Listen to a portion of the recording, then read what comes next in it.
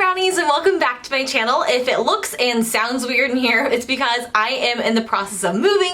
I literally have one foot in my old place and one foot in the new place. Like I have half and half, and it's kind of weird right now for me. Please bear with me. And also, I don't even have a tripod. I'm using a dresser and three shoe boxes to hold up my camera. It reminded me a lot of when I first started on YouTube because I didn't have fancy equipment. I used natural lighting like I'm using now. I used shelves and things like that to hold up my camera because I didn't have a tripod. And that's what it was like when I first started, and it reminded me a lot of that. And I wanted to do this video for a while just talking about how to start a YouTube channel because I do get tons of messages in DMs or emails, comments on YouTube. I get tons of questions asking about like, where do you even start? Or you want to, but you're afraid to because it just seems so overwhelming, which I don't blame you there. It does seem pretty overwhelming. So I think I'm going to make this video a series talking about different things. Today is just going to be the basics, like where do you even start? Like what do you really need to get started on YouTube? Talking about where I started and how it kind of slowly started to evolve. If you guys wanted more in-depth videos talking about how to get the right camera equipment, how to use camera equipment, I think I would progress this series later on, incorporating some more videos like that. But today is just going to be a general overview, the basics on just where to start, because I think making that first step is the hardest, but once you're there, it's all downhill. So I hope you guys are excited for this video, and let's get started. I feel like for me, the easiest way to do these types of videos is to break it up into a couple different points. So my first tip or point is to figure out why you want to start a YouTube channel. For me, I always loved creating makeup looks, and unfortunately makeup, you put it on and then when you're done wearing it, you have to wash it off and then you never see it again because it's like a one-time creation. So for me, when I started my Instagram account, I think it was back in 2014, that's the whole reason why I started it, was just to take photos and have a way of just showing my content, but really it was more of a portfolio for me. That was like what my motivation was for my Instagram. For my YouTube channel, I love makeup. I've always loved makeup, and I wanted to do tutorials. I really loved also creating videos, especially since I was a kid. I always loved watching home videos. I actually created my very first YouTube channel when I was in middle school, and it was just to like post videos for my friends. It wasn't like a public thing, but I've always loved that. And so for me, it wasn't like a way of gaining an audience or getting subscribers or followers. It was just for me to just like showcase my work for myself. So I guess my first question for you guys is like, what makes you want to start a YouTube channel? Is it because you're passionate about something, or you have a hobby and you want to show that off, or maybe you want to help teach other people like with tutorials? Think about like what your motivation is. I can tell you right now, if your motivation is to get followers or subscribers, it's not gonna work. I think I've had this YouTube channel since either 2014 or 2013, but it didn't really take off until last year. Last April, I think I still had 1,000 subscribers, and now I just hit 40,000, which is crazy to me, but it's really taken off this last year, and it's taken a long time for me to really figure out like what my channel is about. So it could take you guys a while to gain any sort of traction when it comes to subscribers, but if your motivation is that, I can guarantee you this idea or this passion will die off pretty quickly, because there was a lot of times where nothing was happening, but again, my motivation was because I enjoyed it, not to kind of gain any following. So my first question to you guys is, what makes you want to start a YouTube channel? What draws you to the platform? Just think about what is motivating you to create a YouTube channel. My second tip is figure out what you're an expert in. So for me, I thought I was an expert in makeup, and I would still consider myself an expert in makeup, especially in my area. There's not a lot of makeup artists in Seattle, and in comparison to my friends, like I'm definitely an expert. But when I started, there was already tons of makeup artists, and even now, there are so many makeup artists on YouTube. I think it's really hard to gain an audience when you're competing against like hundreds of thousands of other makeup artists that are just as skilled as you are on YouTube. So for me, when I first started, if you watch my first couple of videos, I was a makeup artist.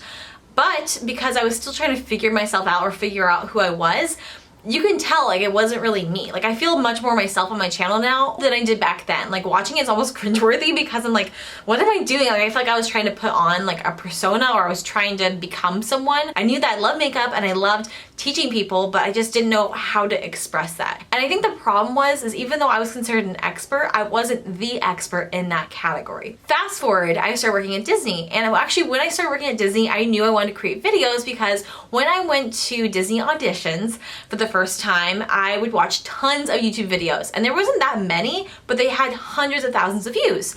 And then when I watched them, they weren't that good. I mean, they were good, they were interesting, but again, if you guys have watched my very first video talking about how to be successful at Disney auditions, I talk about how the videos I watched were like, okay, I wore this pink shirt because it was my favorite, and then I went in and signed on the iPad, and then I got water, and then I met lots of fun people, but they weren't really talking about like how that could help me. Like, that's all great information and it's a fun kind of a vlog thing to do, but if I'm going to audition, I want to know like how can I help myself? Like how can I be the best version of myself in this audition? Like how can I get all the information so that I can actually get hired?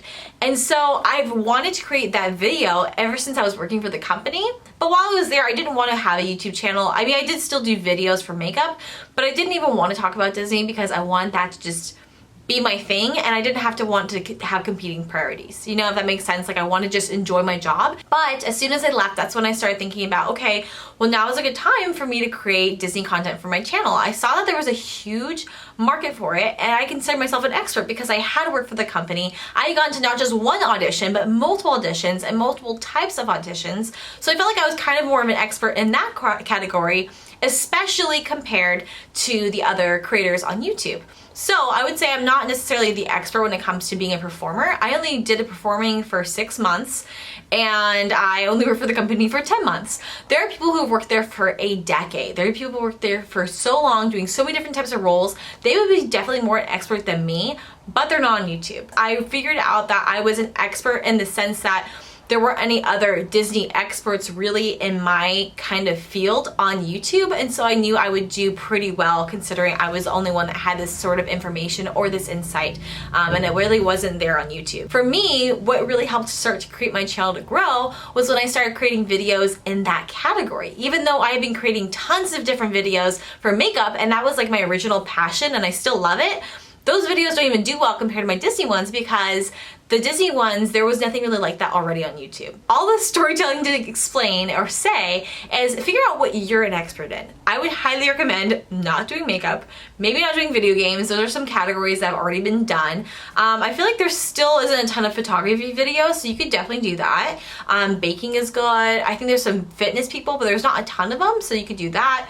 Just think about like what hasn't been done on YouTube and what you're an expert in. What have you practiced for so long? What are you passionate about? Think about, okay, is there a big audience for this? How many videos are there out there? Will I be competing with a lot of other creators for the same audience? All this just to figure out what your category would be if you started a YouTube channel. My third tip is going to talk about what you need to start a YouTube channel. Like, what do you actually need? So, fun story, I actually get a lot of questions about my equipment and my camera equipment and stuff. So for vlogs, it'll be funny for me to get questions about like, what do I use for vlogs? I realized that taking videos on my iPhone was just as good quality as a nice camera, and that one's just so easy because it's just on me at all times. I can quickly just like pull it up and take a video. So my vlogging that I did for Benefit Brow Camp, or my vlogging that I did when I was in Disneyland and California Adventure, that's all taken on my phone. So really, you don't need a fancy camera setup, you just need a phone, or you just need whatever is available to you to start creating videos. So you guys don't need to go out and splurge on fancy equipment. You don't need a Diva ring light. I'm using natural lighting today. That's what I used when I first started. I don't even have a tripod right now. I used literally dressers and stuff. So you guys can just work with whatever you have. I think as long as you have the content that you want to create, the camera equipment isn't as necessary.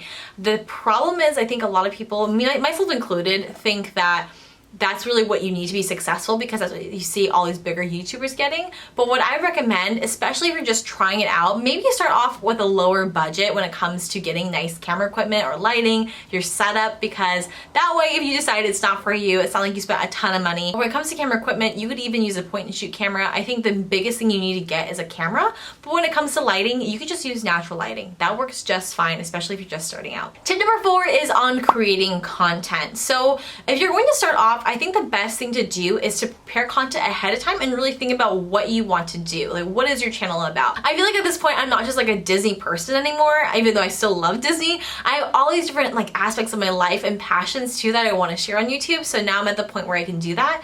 But when my channel was starting to take off, I definitely focused more on Disney videos because I could tell that's what my audience wanted, and that's what did well as well. So for you, let's just say you like baking, but you also like makeup and you also like fitness as well. But you know that there's not as many people, let's just say, in the baking category. I have no idea actually, so it could be just like fitness maybe has less people, but makeup for sure has a ton of creators. Maybe let's just say you start off before you put on your YouTube channel or start it, you have like 5 videos set up on baking and like why your recipes are unique. Maybe you're making making them all gluten-free because you have struggled being gluten-free and you want to create recipes showing other people that being gluten-free can still be really good and tasty. So you create about maybe 5, 6, 7 videos, getting them prepared, editing them, getting them ready for your channel. I would recommend being consistent. That is something that I found that really works well for me, and I think that you guys really appreciate too. It's hard for me to follow YouTube channels when I have no idea when they're gonna post.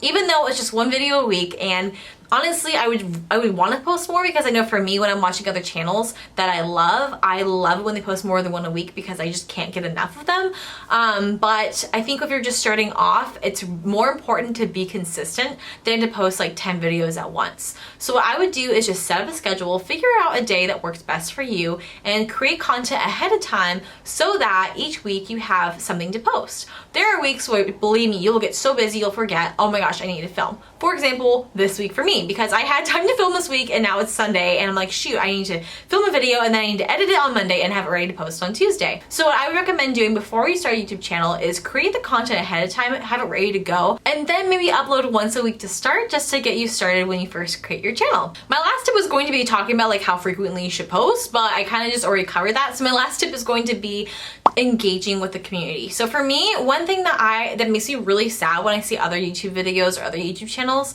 and maybe it's just because they're bigger and they just don't have the ability to do that, but you'll leave a comment and you hope that the person will respond and they never see it. And you leave tons and tons of comments and they never see it. For me, one thing that I really wanted to make special and unique to my channel is I wanted to take time, even if it takes like a day or so to get through the comments, but actually take the time to just like, very minimum, just like the comments that come through, and be able to respond and actually build a connection with the people watching my videos. Plus, it's a lot more fun. Like, that's actually my favorite part of my week, is posting videos on Tuesday nights and then Wednesday morning being able to, well, I'll do it Tuesday night too, but Wednesday morning and afternoon being able to respond to your guys' comments and talk to you guys about the videos I create. I absolutely love it, and you guys have such amazing ideas and you're all so sweet and kind, and it's really a lot of fun for me. But for whatever reason, a lot of YouTube creators don't really take the time to respond to comments, and it's kind of sad, but I think one way you can make yourself stand apart is by actually responding to comments. It's really hard for me, especially, to actually want to get behind someone if it's just like a monologue, if that makes sense. Like for me, I always want this to be a dialogue, especially being able to meet some of you in person. It's so much fun being able to talk to you guys, because for me, it's kind of weird just that I take videos of myself in my room by myself. It's a very isolating thing. I edit by myself, and then thinking about people watching it is just like crazy to me, because to me, the whole process is by myself. But if you're engaging with comments and people like engaging with your videos, or maybe on Instagram, it really creates a community. And I think if you do want to get to the point where you can make YouTube a living or a career, you definitely have to have a community supporting you to do that. The best thing you can do is show them that you care by actually engaging with them and showing that you actually care about what they have to say. So those are just 5 basic tips on how to start a YouTube channel. That's kind of how I started it. If you guys have any specific questions, I could maybe do a video about that, like just talking just about camera equipment and what I've gotten, what I'm interested in getting in the future, or lighting or setup or anything like that. Creating videos, editing software, how I edit my photos on Instagram. I could do it on Instagram too. Let me know what you guys think, and if you guys have any further questions.